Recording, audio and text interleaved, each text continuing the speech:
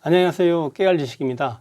개인회생 신청하는 분들 중에 개시결정, 인가결정, 그리고 최종 면책까지 가는 비율이 얼마나 될까요? 저도 수치를 보고 깜짝 놀랐거든요. 거의 대부분 면책까지 가는 걸로 알고 있었는데 너무나 황당한 수치였어요. 무려 45%나 되는 분들이 면책을 못 받는 걸로 나와요. 100명이 신청하면 55명만 면책받고 나머지 45명은 이 거비를 넘기지 못하고 탈락을 합니다. 그래서 이번 시간에는 왜 이런 일이 벌어지고 구체적으로 수치는 어떻게 되는지 한번 살펴보도록 하겠습니다. 개인회생 진행하면서는 3번의 고비를 잘 넘겨야 되거든요. 우선 첫 번째 고비는 개시결정. 이 개시결정은 보정권고 절차를 거치고 내가 법원에 처음에 제출했던 변제기간이 통과되었다는 결정이에요. 이것이 통과되어야 드디어 돈을 낼 수가 있거든요. 그리고 두 번째 고비는 인가결정입니다. 이 인가결정을 받기 위해서는 두 가지를 잘해야 되는데요. 첫 번째는 변제금을 꾸준하게 잘 내야 되고요. 그리고 두 번째는 채권자 집행기일이라고 개인회생 절차 중에 유일하게 한번 법원에 나가는 날입니다. 이날은 출석을 꼭 해야 되는데 결국 돈도 잘 내고 집행기일에 출석까지 잘 하신 분들이 인가결정을 받게 됩니다. 그럼 마지막 세 번째 고비는 면책결정인데요. 내가 내기로 한 돈을 끝까지 잘 내서 총 변제금을 다 냈을 때 그때서야 면책 신청을 하고 면책 결정을 받게 되거든요.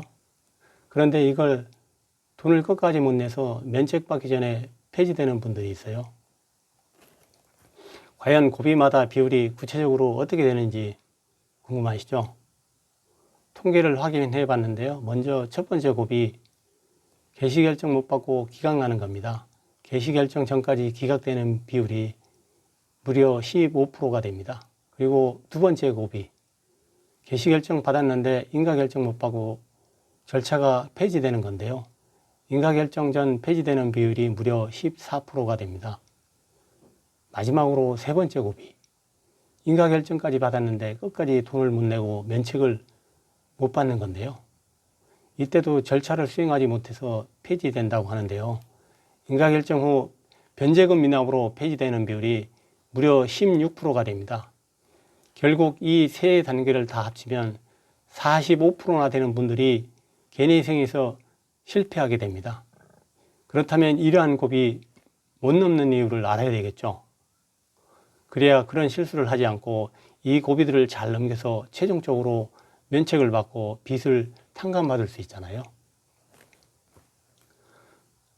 첫 번째 고비인 개시결정 전에 기각당하는 이유는 실무에서 보면 기각을 받는 가장 큰 이유는 법원에서 보정권고 나오는데 그 보정권고에 따라 보정서를 제출하지 않는 경우입니다.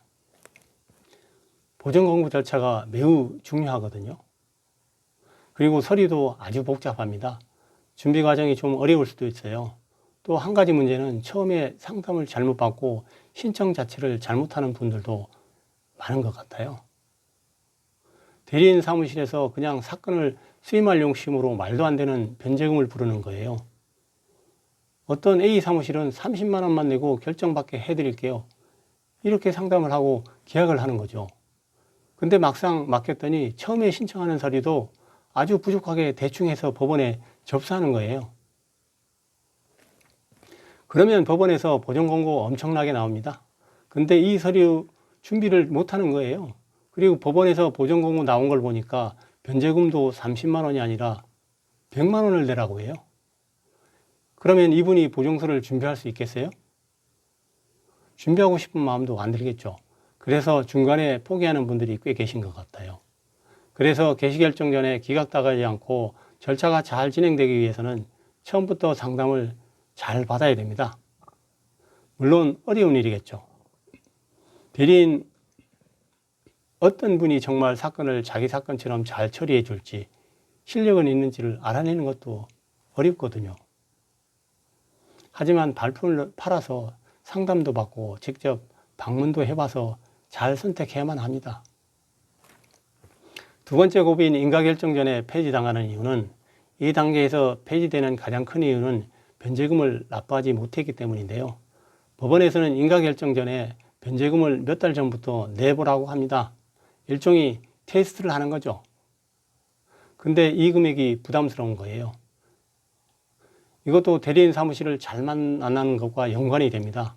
처음에 상담받을 때부터 매월 변제금이 얼마인지는 대충 예상이 되거든요. 그리고 진행도 그렇게 돼서 예상했던 금액 정도로 결정이 나야 이분이 내가 그 정도는 내야지라는 마음을 먹고 시작을 하신 거니까 돈을 또 잘 내겠죠. 그런데 처음에 상담받을 때 들었던 얘기보다 2배, 3배 더 많이 변제금을 나와버리면 그걸 내고 싶어도 못 냅니다. 마지막으로 인가결정까지 받았다가 세 번째 고비인 면책 전에 폐지당하는 이유는 이것도 마찬가지로 변제금 문제예요. 변제금을 못 내기 때문에 폐지되는 겁니다. 이때 규정에는 이렇게 나와 있어요. 변제금을 3매 이상 미납하는 경우에는 절차를 폐지할 수 있다.